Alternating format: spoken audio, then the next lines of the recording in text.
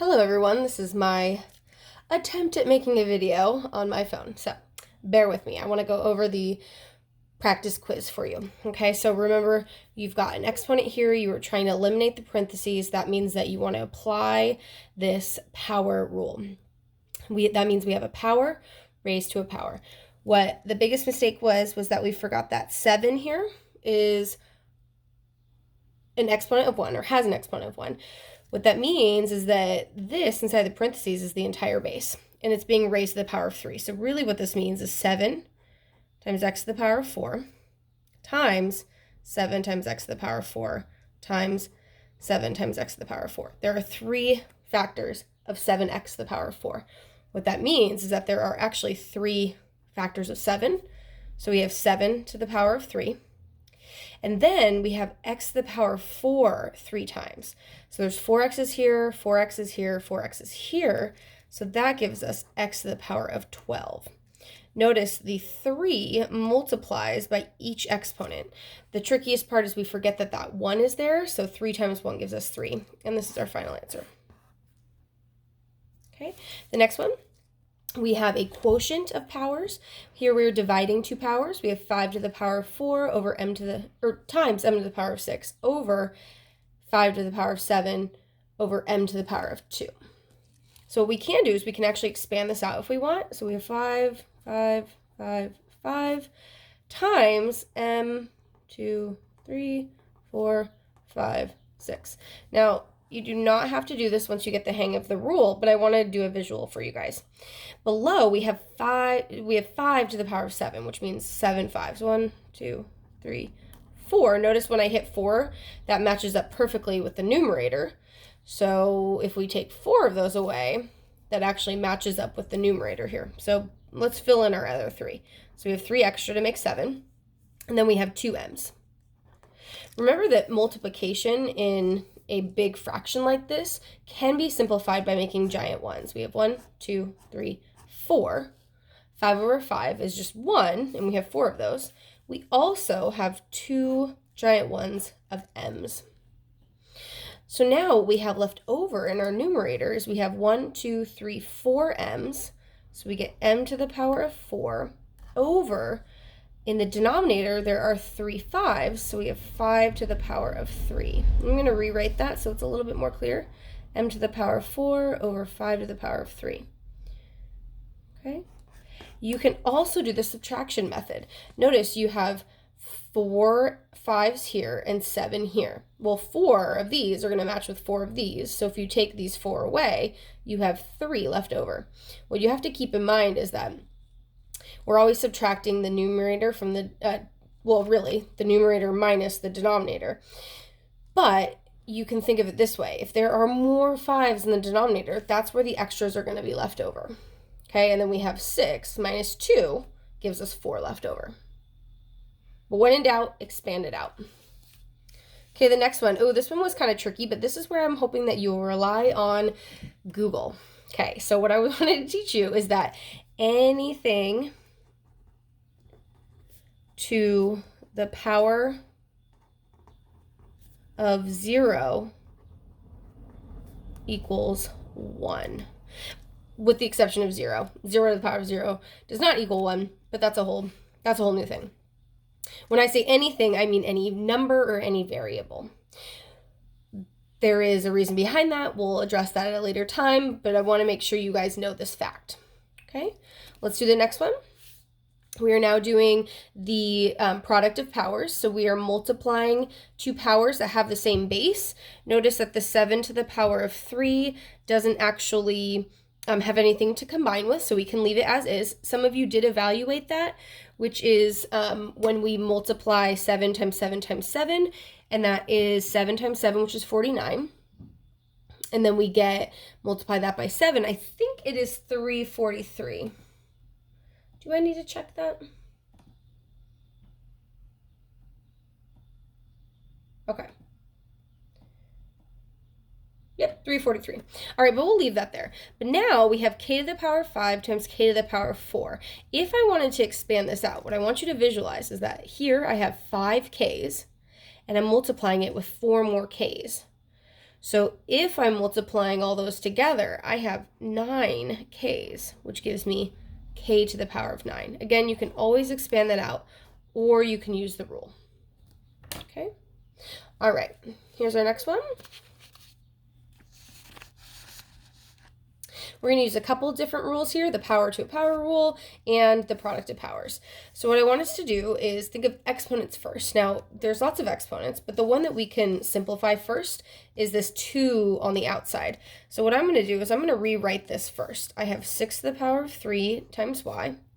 If I'm squaring that, that means I have 2 of them. So this right here, unpackaged, is the same expression. And since I'm multiplying this by 6 to the power of 5, y to the power of 4, I can just bring that straight down and these two would be equivalent. Now, since we have all multiplication, I can use the commutative property. I can reorder these. I have 6 to the power of 3 times 6 to the power of 3 times 6 to the power of 5. And then I'm going to regroup my y's. I have y, that's this one, another y, and y to the power of 4. Okay? Now remember, if the bases are the same, we can combine those together because we're all just multiplying that same number together. So here, our base is 6. We have 3 plus 3 plus 5. So 3 plus 3 gives us 6, plus 5 more, that's 11 6s. Then here, don't forget, without an exponent, those are 1s. So I have 1, 2, plus 4 more is 6.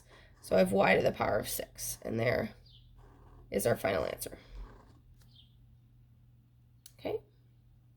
All right, this last one is also a quotient of powers.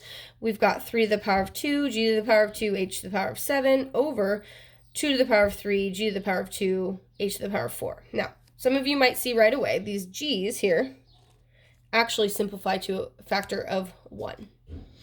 So we can actually eliminate those. The other thing that was a little tricky is notice that these numbers are all the same, the actual digits, but they do not have the same base. This means 3 times 3 times h to the power of 7 over 2 times 2 times 2 times h to the power of 4. So for this one, I'm not actually going to expand it out. I'm going to use our rule. I have 7 h's here, 4 underneath. I'm going to subtract. 7 minus 4 is 3. So I have no more h's in the denominator. So my 3 h's are left over here. But now I'm actually going to expand these out because they're pretty small numbers. So 3 times 3 gives us 9. 2 times 2 times 2. That's one of those exponents that eventually you should have memorized. 2 to the power of 3 is 8. And that is our final answer. This is actually the cleanest way to write it. We don't want any negative exponents. We don't want to have mixed numbers. Just leaving it as an improper fraction with that variable is totally fine. It's actually the most standard way to write it. All right, so let's go ahead and go on to the scientific notation and standard form. What I want to remind you guys is that when you use exponents, you're multiplying the same number over and over again. When you multiply 10 by itself, you get the next place value. 10 times 10, so for example, right, 10 times 10 is 100. 10 times 10, oops, can't see that. 10 times 10 times 10 gives us 1,000, okay? When we multiply this by a number, say we were to multiply this by 3, right? That would give us 300, okay? If we were to multiply this by 3, that would give us 3,000. What this does, when you multiply by a 1 followed by zeros or some sort of base 10, what happens is it moves the decimal. So if you have 3, which is 3.0, if you multiply that by 100, what happens is you move that over those 2 decimal places. Okay, so scientific notation is just an easier way of writing really big or really small numbers. So instead of writing the number 3,000, we could write it as 3 times 1,000. But, you know, that sounds a little silly, but we could do it. Right, and 1,000 can be written as 10 times 10 times 10. 10 times 10 times 10 is also the same thing as 10 to the power of 3. So if I write 10 to the power of 3 times 3, that's the same thing as 3,000, just as we did here, because this is 1,000 times 3 gives us 3,000. This is technically what scientific notation is. The way we write scientific notation is some number between 1 and 9, and we multiply it by 10 raised to some power. So the number 3,000 is 3 times 10 to the power of 3. When you multiply everything out using the order of operations, 10 to the power of 3 is 1,000 times 3, you get 3,000. Let's show that again. 3 times 10 to the power of 3 is 10 times 10 times 10. 10 times 10 times 10 is 1,000, and we get 3,000. Now, for the number 3,000, it doesn't quite make sense to write it in scientific notation, okay?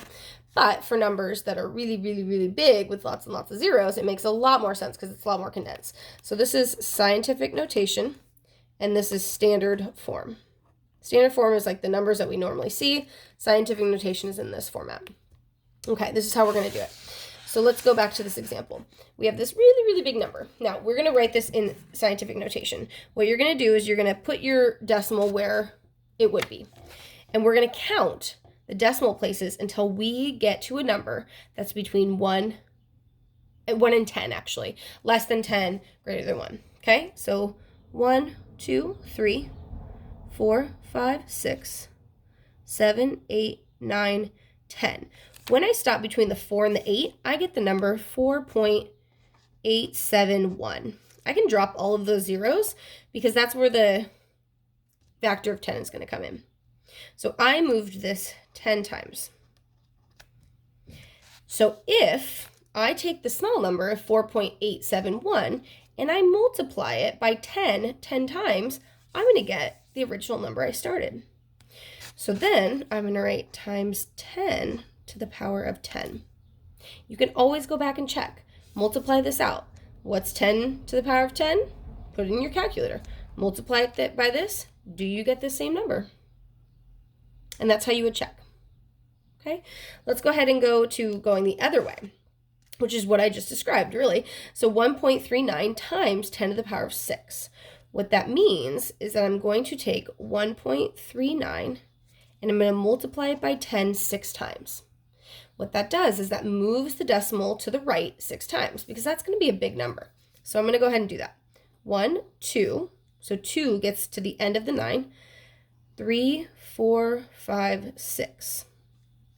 I'm going to fill my zeros in because when I multiply by 10, our placeholders are zeros. And then here I have my standard form. I did this here because your final answer should not look like this. Your final answer should look like an actual number in standard form. We have 4 zeros. 1, 2, 3, 4. So let's group that. So we have 1,390,000. Okay, let's do one that's got a small number. If you think of it this way, adding the exponents, like as this exponent gets bigger and bigger, the number gets bigger and bigger. But if you were to take away the exponents, they're going to get smaller and smaller. Well, if you have no exponents of 10, what's smaller than none? We get negative numbers. Okay, so remember 10 to the power of 0 is equal to 1. So if we want something like this that is much less than 1, we're going to have a negative exponent. We're going to do the same thing we did here. We're going to count how many times we move the decimal to get from a number between 1 and 10. Okay, so we get 1, 2, 3, 4, 5. When I hit here, between 2 and 6, I get the number 2.61. So again, this number is between 1 and 10. It's 1 or equal to 1 and then less than 10. So once we stop there, I moved that 5 times. Now, I'm going to multiply this by 10 to the power. If I just put the 5 here, this would make this number much bigger. It would make this a very large number, okay? If I moved it the other way, I'm going to get my small number here. That's why I need my negative. So this is 2.61 times 10 to the power of negative 5, because 2.61 is actually quite bigger than this very small decimal. Okay, we're going to apply this same process here to turn this scientific notation number into standard form. What again you have to recognize is that this exponent is negative, so we are going to move the decimal to the left because we want a smaller number, because this is going to make a small number. So that means we're going to move the decimal 8 spaces to the left. Now, we could do all the little moves, which is fine. But what I want you to remember is that moving it once moves it in front of the 3. We have to move that decimal 7 more times. So it means we're going to have 7 zeros in front of the 3. Now, if you want, you can always count it out. 1, 2, 3, 4, 5, 6, 7, 8. Okay? But I know that there are 7 spaces here to fill zeros in because one of them was moved to get in front of the 3. So writing my standard form, I have my placeholder of 0, point 1, 2, 3, 4, 5, 6, 7, and then the rest of my decimal number is 3008. If I were to check, if I multiplied this, or excuse me, if I move the decimal 8 places to the right, 1, 2, 3, 4, 5, 6, 7, 8, I would get that number, 3.008. To move it back, we multiply by 10 to the power of -8, and that's how we can check. Okay, I will post these notes and this video. Please let me know if you have questions. Go back and fix your practice quiz, and I will post the quiz later today, and it'll be open during the week. Okay?